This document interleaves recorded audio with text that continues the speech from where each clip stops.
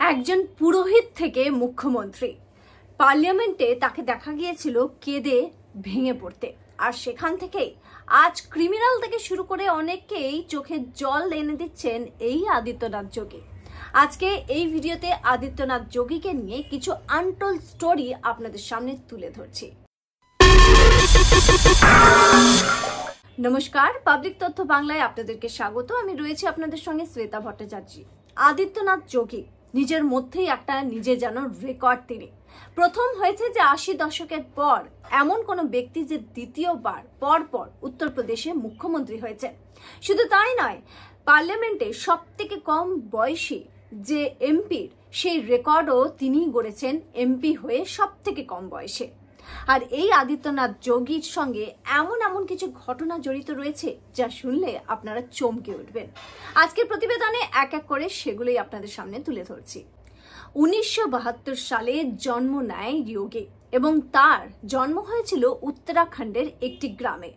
সেখানে জন্মানোর পর তার নামকরণ হয়েছিল অজয় সিং বিস্ত। তবে পরবর্তী সময় সন্ন্যাসী হওয়ার পর তার নাম বদলে রাখা হয় আদিত্যনাথ যোগী। আদিত্যনাথ যোগী তার বাবা ছিলেন একজন ফরেস্ট রেঞ্জার।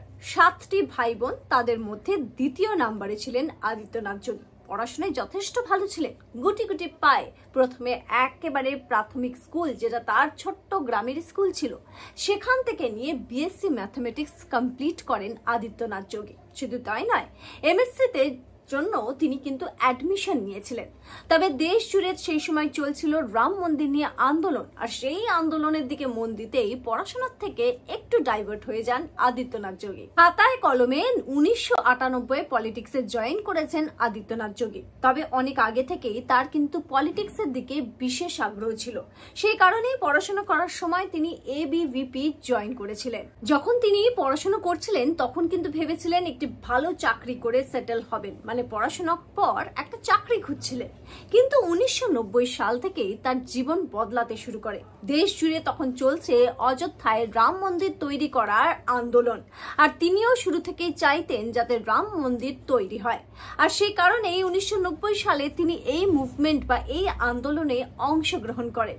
আর সেখানে এই আন্দোলন করতে গিয়ে তার কিন্তু দেখা হয় মহন্ত অবেদনাথ, যিনি কিনা গোরক্ষনাথ মন্দিরের প্রধান পুরোহিত। আর সেখান থেকেই তার জীবনে নতুন দিশা শুরু হয়।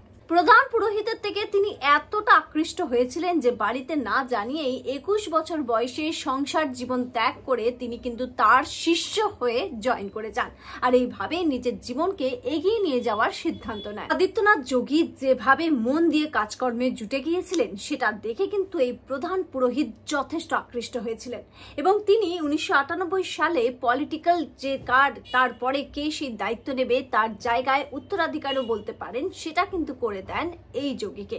মহন্ত অবেদনাথ, তিনি কিন্তু পলিটিক্সে তার বিশেষ একটা আগ্রহ ছিল। 4 বার কিন্তু তিনি জয় লাভ করেছিলেন বিজেপির হয়ে। মহন্ত অবেদনাথ কিন্তু যথেষ্ট তার আগ্রহ ছিল পলিটিক্সের দিকে। তিনি যেভাবে একজন পুরোহিতের কাজ করতেন ততটাই আগ্রহ দিয়ে তিনি কিন্তু পলিটিক্সেও তার যোগদান ছিল। 4 বার এমপি হয়েছিলেন তিনি। 1998 সালে এই মহন্তজি তিনি রীতিমতো জোর করেন আদিত্যনাথ যোগীকে যে তার পরিবর্তে 1998 লোকসভা নির্বাচনে গোরখপুর থেকে তাকে দাঁড়াতে হবে। শিষ্য ছিলেন, তার কথা, গুরুর কথা কোনোভাবেই ফেলতে পারেননি, আর সেইভাবেই তার কিন্তু অফিসিয়ালি পলিটিক্সে হাতেখড়ি হয়ে যায়। তিনি এই গোরখপুর সিট থেকে দাঁড়ান, শুধু দাঁড়ান তাই না, চমৎকার ভাবে জয় লাভ করেন। তারপরে ইতিহাসের রচনা হয়। 26 বছর বয়সে, সব থেকে কম বয়সে পার্লামেন্টে মানে সংসদে তিনি কিন্তু সাংসদ হয়ে যান আর নতুন ইতিহাসের রচনা করেন। 1998 থেকে 2017 পর্যন্ত আদিত্যনাথ যোগী কিন্তু এমপি হন। আর শুধু তাই নয়, তিনি কিন্তু হিন্দু যে যুবা বাহিনী তিনি তৈরি করেছিলেন সেটার জন্য বিশেষভাবে তিনি দৃষ্টি আকর্ষণ করেন প্রত্যেকটা দেশবাসীর। 2017 এই সালটা ছিল আদিত্যনাথ যোগীর জন্য একটা টার্নিং পয়েন্ট। তিনি আগে যেভাবে কাজ করছিলেন তার জন্য বিজেপিতে তার যে পজিশন সেটা কিন্তু আস্তে আস্তে আরো ভালোর দিকে এগোচ্ছিল। কিন্তু 2017 সালে এমন কি ঘটলো? 2017 সালে বিধানসভা নির্বাচন ইউপিতে, আর সেখানে কাকে মুখ করা হবে মুখ্যমন্ত্রীর জন্য? পোস্টার বয় হবে কে? এই প্রশ্নে রীতিমতো জর্জরিত ছিল বিজেপি। তার কারণ হচ্ছে তার আগের নির্বাচনে বিধানসভায় দিল্লিতে আম আদমি পার্টির জন্য কিন্তু মুখ থুবড়ে পড়তে হয়েছিল বিজেপিকে, আর তার জন্যই উত্তরপ্রদেশের নির্বাচনটা জয় লাভ করা তাদের জন্য ভীষণ গুরুত্বপূর্ণ ছিল। এই আলোচনা, এই প্রশ্নগুলো নিয়ে গোরখপুরে যে মন্দির, যে গোরখনাথের মন্দির, সেখানে কিন্তু বিজেপির পক্ষ থেকে যাওয়া হয় এবং আরএসএস বিজেপির একটা রুদ্ধদ্বার বৈঠক কিন্তু সেখানে হয়। সেই বৈঠকেই উঠে আসে নাম আদিত্যনাথ যোগী এবং তাকে মুখ করেই কিন্তু ইউপি নির্বাচনে ঝাঁপায় বিজেপি। পরবর্তীতে কি হয়েছিল আপনারা সকলে জানেন, যে নতুন ইতিহাসের রচনা।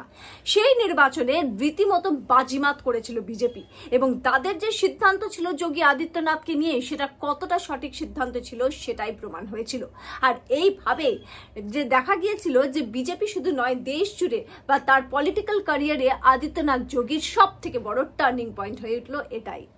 আদিত্যনাথ যোগী শুধুমাত্র মুখ্যমন্ত্রী নয় ইউপির, তিনি কিন্তু গোরখনাথ মন্দিরের মাহান্ত। কি হয়েছিল 2014 সালে, আগে যিনি মাহান্ত ছিলেন অবৈধনাথজি, তার কিন্তু দেহান্ত মানে মৃত্যু হয়ে যায়। আর তারপরে সিদ্ধান্ত নেওয়া হয় যে সেই মাহান্তের জায়গাটা পূরণ করবেন আদিত্যনাথ যোগী।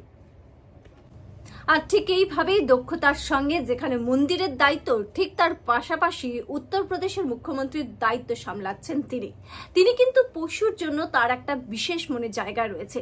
গরু, কুকুর, বিড়াল, বাঁদর, তাদেরকে নিজে হাতে খাবার খাওয়ান, তাদের দেখরেখ করেন। শুধু তাই নয়, দিনে নিজে কিছু খাওয়ার আগে গৌশালায় গিয়ে গরুদেরকে খাওয়ান তিনি। যখনই সময় পান তাদের সঙ্গে সময় কাটান। আর এইভাবেই তার পলিটিক্যাল ক্যারিয়ার একজন ভালো মানুষ হিসেবে গোটা দেশবাসীর কিন্তু মন জয় করছে। আর এখান থেকেই প্রশ্ন উঠছে, তাহলে কি যেভাবে মানুষের মন জয় করেছেন এই হিন্দু নেতা, এইভাবেই আগামী দিনে নরেন্দ্র মোদীর পোস্টার বয় হিসেবে প্রধানমন্ত্রী পদের জন্য তৈরি করা হবে এই মানুষটিকে? কারণ মোদীর পরে এত জনপ্রিয়তা কিন্তু দেখা যায় শুধুমাত্র আদিত্যনাথ যোগীর মধ্যে। আর সেটাকেই কি আসন্ন নির্বাচনে বা প্রধানমন্ত্রীর মুখ হিসেবে কাজে লাগাবে বিজেপি? সেটাই এখন বড় প্রশ্ন।